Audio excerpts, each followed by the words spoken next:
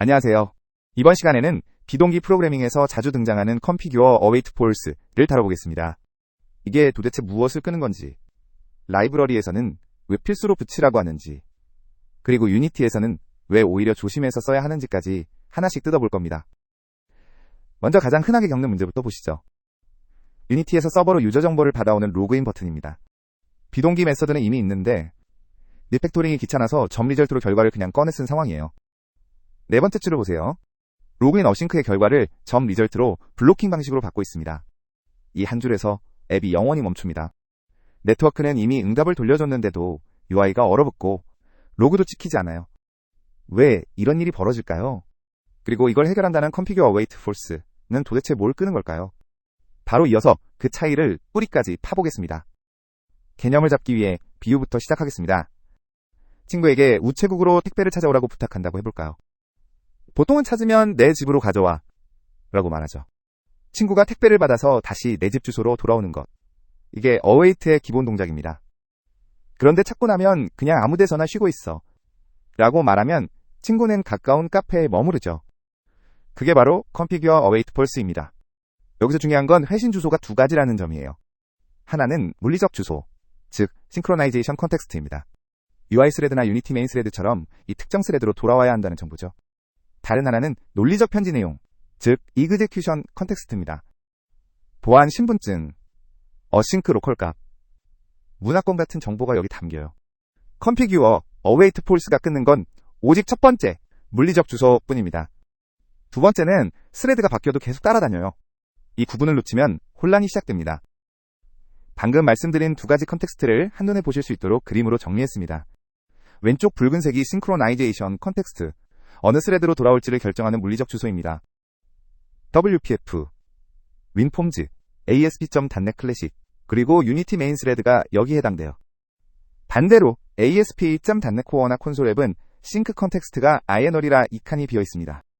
오른쪽 녹색이 execution 컨텍스트, 어느 스레드든 따라다니는 논리적 정보입니다. 어싱크 로컬 값, 클레임즈 프린서펄 같은 보안 주체, 문화권 정보, 분산 추적 액티비티가 여기 실려요.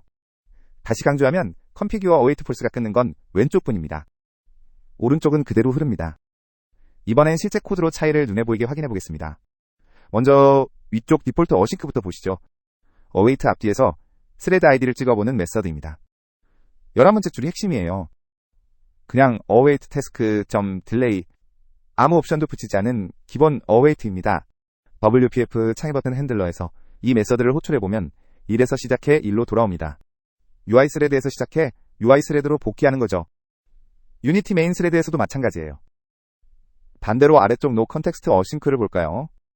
19번째 줄이 포인트입니다. 똑같은 태스크 점 딜레이에 configure await false를 붙였죠. 이 메서드를 실행해보면 1에서 시작했지만 끝날 때는 7번이나 9번 스레드 풀에 아무 스레드로 옮겨가 있습니다. UI 스레드로 돌아오지 않아요. 유니티에서도 똑같이 동작합니다. 이게 configure await false의 가시적인 효과예요. 그럼 컴파일러는 내부적으로 어떤 분기를 만들까요? 이 그림이 두 경로의 차이를 보여줍니다. 공통적으로 await 태스크에서 is completed가 false, 즉 비동기 완료 경로로 들어갑니다. 왼쪽 기본 경로는 태스크 await를 반환하고 synchronization context.current를 확인하고 없으면 task scheduler.current를 캡처한 뒤 완료 시점에 sc.post로 continuation을 원래 스레드로 포스팅해요. 원래 스레드로 복귀하는 거죠. 오른쪽 configure await false 경로는 configured task await를 반환하고 m 밑줄 continue on captured context 필드를 false로 들고 있어서 sync context나 스케줄러 체크 자체를 생략합니다. 결과적으로 스레드 풀 위에서 그대로 이어서 실행돼요. 그래서 스레드가 바뀔 수 있는 겁니다. 이제 내부 동작을 IL 수준에서 뜯어볼 준비를 합니다. 먼저 비교 대상 C# 코드예요. 위쪽 with context async 메서드를 보시죠. 10번째 줄은 그냥 평범한 await입니다. configure await를 붙이지 않은 기본 경로예요. 이 코드가 IL로 컴파일 될 때 어떤 상태 머신이 만들어지는지 잠시 뒤에 비교해 보겠습니다. 반대로 아래쪽 no context async의 16번째 줄을 보세요. 같은 getString async 호출에 configure await false만 딱 한 번 붙였습니다. 겉보기엔 한 글자 차이지만 IL로 까보면 컴파일러가 만드는 상태, 머신 타입 자체가 완전히 달라져요. 그 차이가 바로 이어서 보여드릴 IL 코드에 드러납니다. 위쪽이 configure await 없는 with context async의 상태 머신입니다. 6번째 줄이 핵심이에요. await field type이 task await of string, 즉 평범한 task await입니다. 아래 부분 X를 보면 10번째 줄에서 getString async를 호출하고 12번째 줄에서 바로 getAwait를 불러요. 그 결과가 task await로 받아지죠. 이 await는 내부적으로 continuum captured context를 true로 들고 있어서 완료 시점에 synchronization context를 잡아다 복귀시키는 경로를 탑니다. 아래쪽이 configure await false를 붙인 no context async 상태 머신입니다. 23번째 줄을 보세요. await field 타입이 완전히 달라요. configured task awaitable, /configured task awaiter, 이름부터 다르죠. 그리고 29번째 줄, move next 안에서 원본 태스크에 대해 configure await 불가 한 번 더 호출됩니다. 이 호출은 각 타입 구조체인 configured task awaitable을 돌려줘요. 힙 할당이 전혀 없습니다.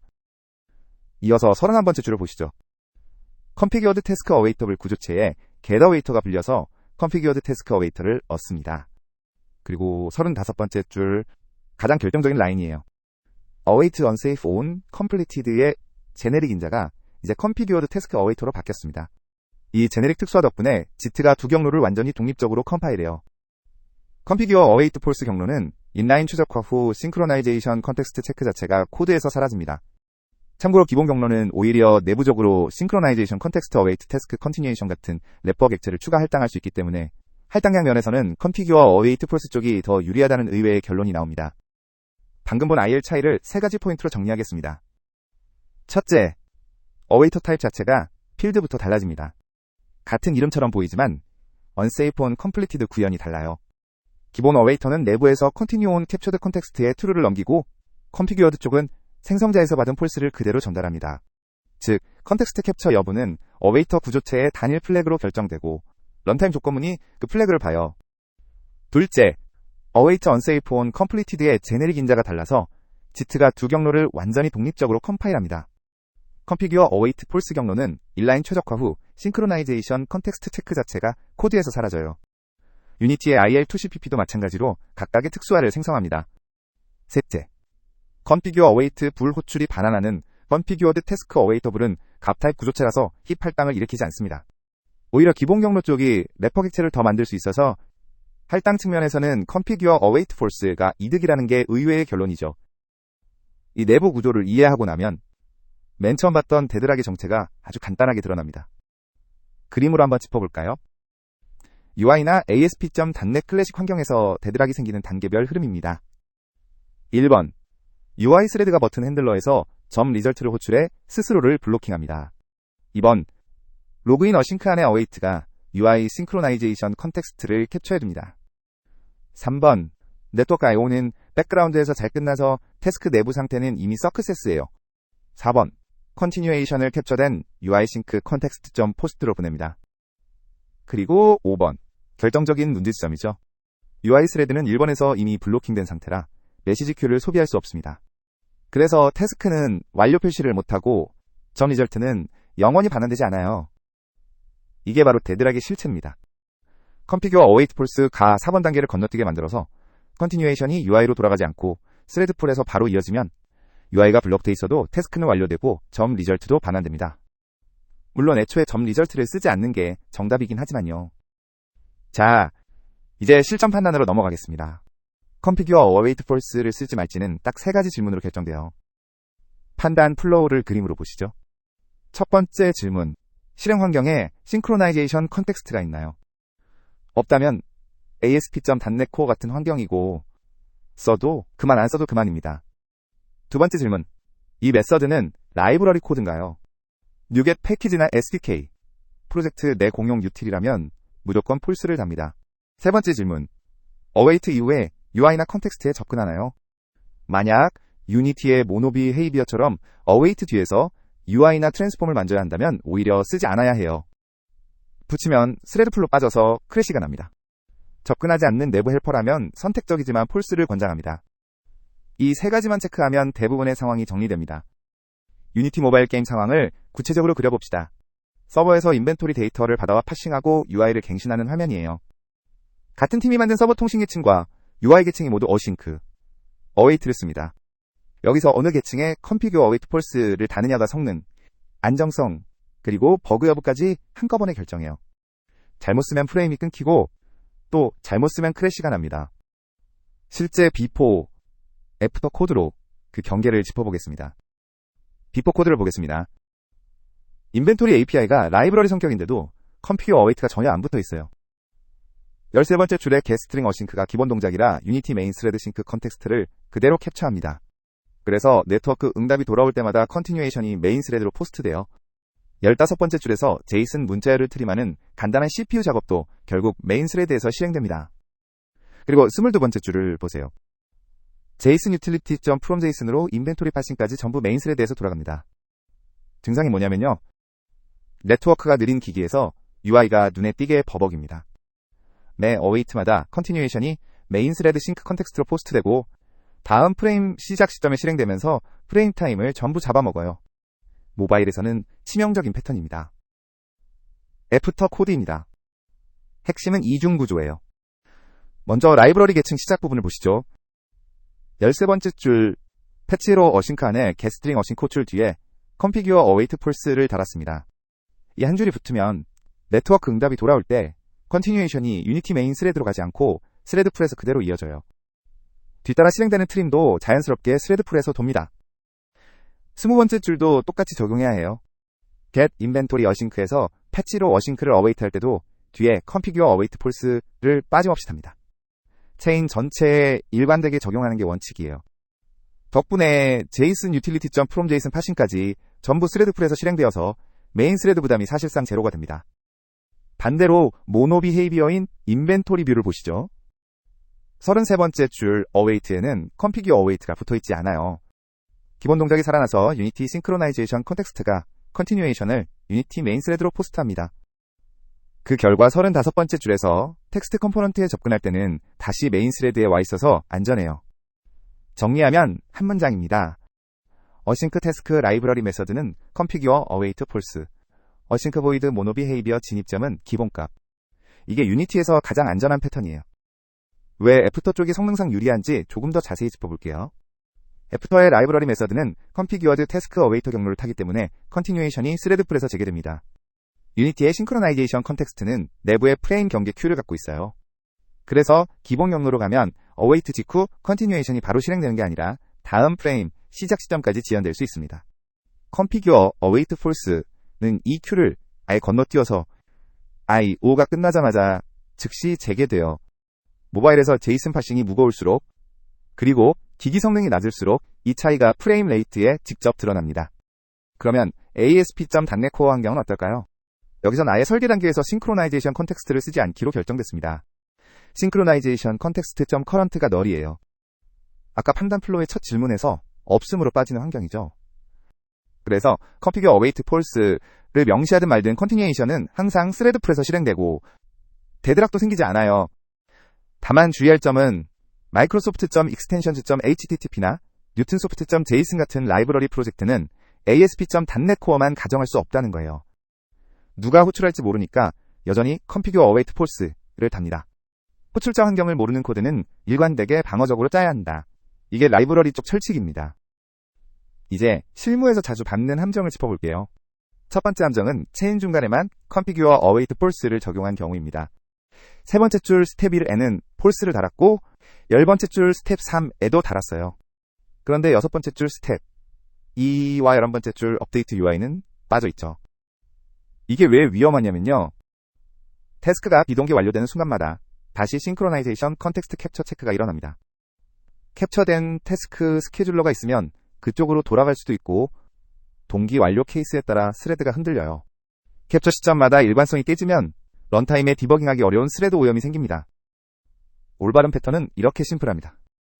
세 번째 줄부터 6번째 줄까지 체인에 있는 모든 어웨이트에 예외 없이 configure await false를 답니다. 원칙은 하나예요.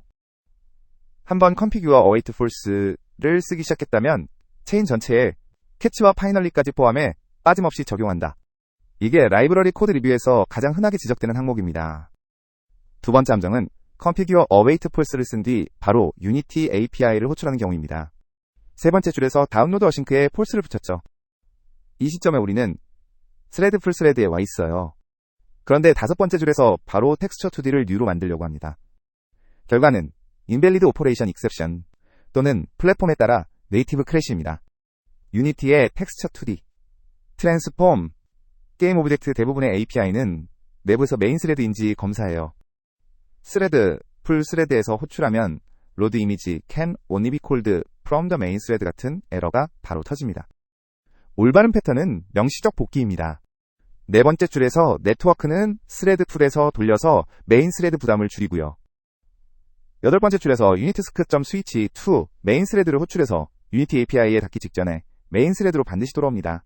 그 뒤인 10번째 줄의 텍스처 2D 생성은 메인 스레드에서 안전하게 실행돼요. 정리하면 규칙은 단순합니다.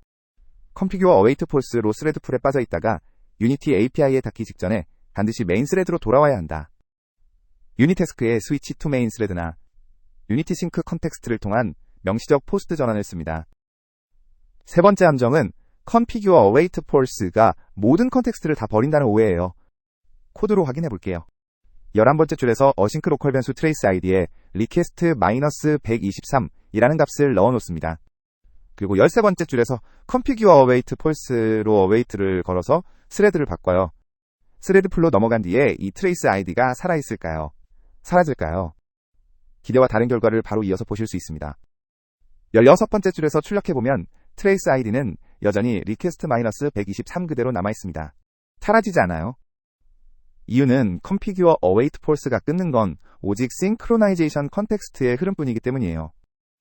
async local이 올라타는 execution 컨텍스트는 await unsafe on completed 내부에서 별도로 캡처되고 복원됩니다. configure await 설정과는 완전히 무관해요. 덕분에 분산 추적 ID, 사용자 인증 정보, 문화권 정보는 스레드가 바뀌어도 그대로 따라옵니다. 컨텍스트를 다 버린다는 오해 때문에 async local을 포기하는 일은 없어야 합니다. 4번째 함정 아주 자주 놓치는 케이스예요. 6번째 줄의 try 블럭 unawait에는 configure await false를 정확히 달았는데 10번째 줄 캐치 블럭의 로그 어싱크에는 빠져 있습니다. 라이브러리에서 예외가 터져 캐치로 빠지는 순간 로깅 호출이 호출자의 컨텍스트로 돌아가 버려요. 이런 경우 평소에 문제가 안 드러나다가 예외 상황에서만 데드락이나 스레드 오염이 튀어나옵니다. 재현이 힘들어서 오히려 더 위험해요. 규칙은 간단합니다. try, catch, finally 블록에 있는 모든 await를 빠짐없이 체크하세요. 5번째 함정은 task.run으로 감싸면 데드락이 없어진다는 착각입니다. 4번째 줄을 보세요. task.run 안에서 슬로우 어싱크를 await하고 결과를 .result로 꺼내고 있죠. task.run이 스레드 풀에서 돌기 때문에 UI 데드락은 회피됩니다. 그런데 진짜 문제는 다른 곳에 있어요. 스레드 풀 스레드 하나를 통째로 점유하면서 원본 비동기의 이점을 버립니다. 요청이 몰리면 스레드 풀이 고갈돼서 서비스 전체가 굳을 수 있어요. 근본 해결책은 task.run으로 감싸는 게 아니라 호출 체인 전체를 async, await로 바꾸는 겁니다. configure await false와 task.run 둘 다 응급처치일 뿐. 진짜 답은 비동기 전파입니다. 이번엔 단넷 버전별 변화를 짚고 마무리하겠습니다. configure await는 오랫동안 여기 보이는 것처럼 불 하나짜리 파라미터로 버텼어요. task나 task of t에 대한 확장 메서드고 의미는 단 하나, 컨텍스트 캡처 여부죠. 아주 단순한 스위치였습니다. 단넷 8부터는 플래그즈 인엄 형태의 configure await 옵션즈가 추가됐습니다. 4가지 옵션을 보시죠. 4번째 줄 노는 기존의 configure await false와 동일해요. 5번째 줄 continue on captured context는 configure await true와 같습니다. 재밌는 건 6번째 줄과 7번째 줄이에요. 6번째 줄 suppress throwing은 태스크가 cancelled나 faulted여도 await가 예외를 던지지 않게 만들어요. 7번째 줄 force yielding은 태스크가 동기 완료여도 강제로 양보하게 만듭니다. 기존엔 true, false만 있던 스위치가 4가지 플래그로 확장된 거죠. 각각이 실무에서 어떤 문제를 푸는지 이어서 보겠습니다. 비포 코드입니다. 단넷 7 이전엔 이렇게 썼어요. 완료만 기다리고 싶은데 await가 예외를 던질 수 있으니까 4번째 줄부터 try, 그리고 8번째 줄 캐치로 감싸서 예외를 버리는 패턴입니다. 로깅이나 정리 작업에서 자주 등장하는 모양이죠. 나쁜 건 아닌데 단지 코드가 길어지고 의도가 흐려져요. 이걸 단넷 8에서는 플래그 하나로 줄일 수 있습니다. 애프터는 깔끔합니다. 4번째 줄 하나로 끝나요. configure await에 suppress throwing 플래그를 넘기면 태스크가 실패해도 await가 예외를 던지지 않습니다. try, 캐치가 통째로 사라졌죠. 의도가 명확해요. 완료되기만 하고 예외는 무시한다. 이게 딱 한 줄에 담깁니다. 주의할 점은 서프레스 스로잉은 태스크 전용이라는 거예요. 태스크 오브 T, 즉 값을 반환하는 태스크에는 쓸 수 없어요. 반환값이 있는데 예외를 무시해버리면 그 반환값이 의미가 없어지니까 언어 설계상 막혀 있습니다. 두 번째 플래그, 포스 힐딩도 재밌는 문제를 해결해요. 위쪽 타이트 루프 어싱크의 세 번째 줄에서 move next 어싱크를 await 합니다. 만약 이 메서드가 버퍼에 캐시된 값을 바로 돌려주면 동기 완료가 돼서 await가 스레드 전환 없이 같은 스레드에서 이어집니다. 그런데 루프가 타이트하게 돌면 이게 재기 호출처럼 스택에 쌓이면서 스택 오버플로우로 이어질 수 있어요. 이걸 스택 다이브 현상이라고 합니다. 아래쪽 타이트 루프 세이프 어싱크의 12번째 줄을 보세요. configure await에 포스 힐딩을 넘겼습니다. 그러면 동기 완료 케이스에서도 매번 스케줄러에 강제로 양보하기 때문에 스택이 쌓이지 않고 꾸준히 돌아갑니다. 무한 스트림이나 캐시가 흔한 아이어싱크 이뉴머레이터를 다룰 때 안전장치로 유용해요. configure await 옵션즈의 내부 구현도 간단히 짚고 갈게요. 내부적으로는 여전히 configured task awaiter 계열 구조체를 씁니다. 다만 m 밑줄 continue on captured context라는 불 하나 대신 m 밑줄 options라는 비트 플래그 필드가 들어가 있어서 unsafe on completed 안에서 옵션별로 분기하는 구조예요. 유니티 쪽 주의사항도 있습니다. 유니티 2022 LTS는 .NET 스탠다드 2.1C#9 기반이라 configure await 옵션즈를 쓸 수 없어요. 유니티 6 이상에서 .NET 파일 프로젝트를 쓸 때만 사용 가능합니다. 그리고 서프레스 스로잉은 await가 예외를 삼키는 것 뿐이지 태스크 자체의 상태는 유지돼요. await 뒤에서 task.exception을 확인하면 aggregate exception이 그대로 들어있습니다. 예외 자체가 사라진 게 아니라 그냥 await 지점에서 재던지지 않는다. 이렇게 이해하시면 됩니다. 마지막으로 이것만은 꼭 기억하고 가세요. 5가지입니다. 첫째, 데드락의 진짜 원인은 synchronization context.post가 블록된 스레드를 깨우지 못한다는 점이에요. configure await force는 그 포스트 자체를 건너뛰게 만드는 스위치입니다. 둘째, 라이브러리는 호출자 환경을 모르기 때문에 항상 configure await force로 방어해야 합니다. 셋째, 유니티의 메인 스레드 결속은 싱크 컨텍스트보다 강한 제약이에요. 그래서 라이브러리 계층은 풀어주고 뷰 계층은 조인은 이중구조로 푸는 게 정답입니다. 넷째, ASP.NET 코어는 싱크 컨텍스트 자체가 없어서 이 논쟁에서 완전히 자유로워요. 그래도 라이브러리는 여전히 붙입니다. 다섯째, configure await force는 힙 할당을 추가하지 않아요. 오히려 기본 경로의 래퍼 객체를 줄여서 지시 부담을 낮추는 효과가 있습니다. 오늘 내용 여기까지입니다. 감사합니다.